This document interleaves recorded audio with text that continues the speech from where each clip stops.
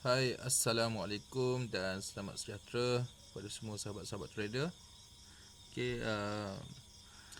Okey, untuk video kali ini, untuk fokus pada minggu hadapan, iaitu pada 30 Mac hingga 3 April 2020. Untuk pair Euro USD. Jadi ini adalah pada time frame H4. Apa yang kita dapat lihat dekat sini.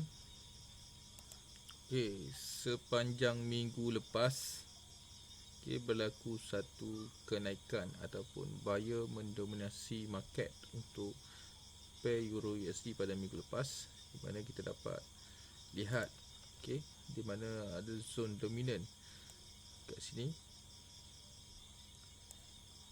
Dan dalam grup pembelajaran dalam komuniti KFA Academy, jadi saya ada bagi analisa dalam grup di mana kita akan intai peluang buy, di mana berlaku dominan yang buat breakout buy dekat sini pada time frame H4.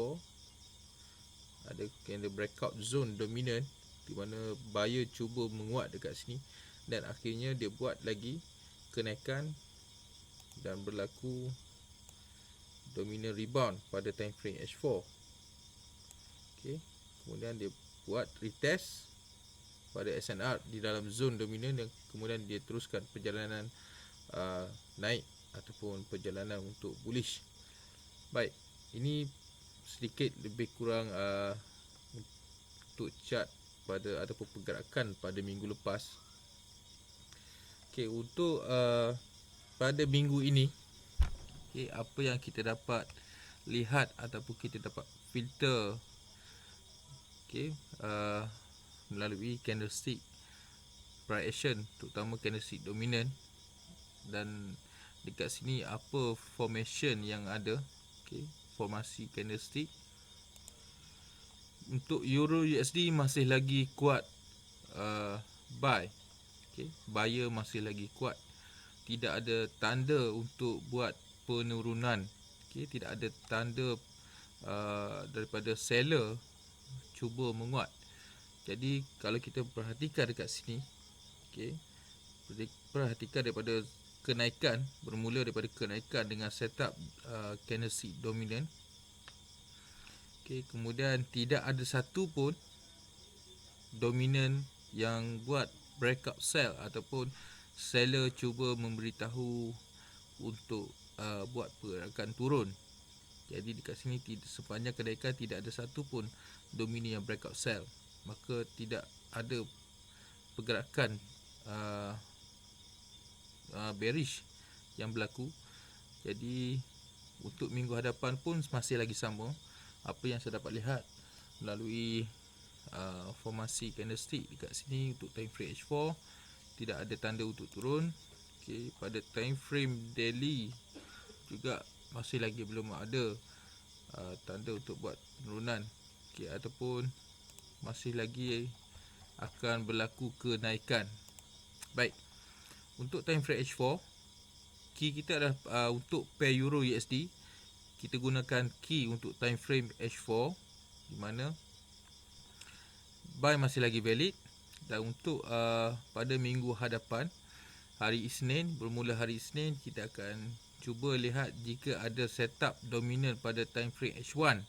Kita nak dominan setup yang baru. Jadi dekat sini kita akan monitor untuk time frame H1.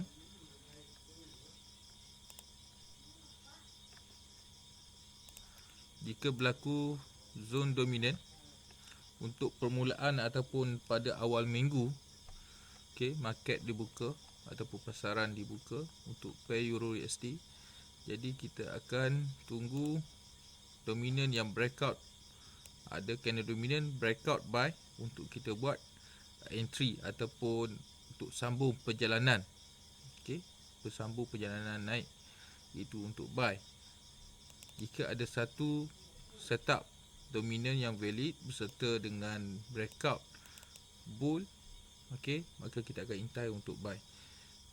jika berlaku dominan yang breakout sell pada time frame H1, berlaku dominan breakout sell, jadi ada kemungkinan akan berlaku retest. Okay, akan ada retest jika H1 buat dominan yang breakout sell. Okay. Jadi untuk setup H1, jika berlaku setup H1, anda boleh ambil untuk setup sementara. Okay, setup sementara untuk H1 lebih kepada scalping. Okay, cuma kita hanya fokus untuk setup ataupun yang arah yang lebih kukuh, kita akan intai pada time frame H4. Jadi H4 masih lagi kuat buy, dan jika berlaku dominan pada time frame H4, okay, pada time frame H4 jika berlaku candlestick dominan, okay, dan buat breakout zone dominan, buat breakout buy, maka akan sambung lagi perjalanan untuk naik. Okay, perjalanan untuk naik. Dan jika berlaku dominan breakout sell, okay, baru kita boleh intai untuk sell. Okay, untuk setup H4 boleh fokus sell. Okay. Jadi untuk rumusan untuk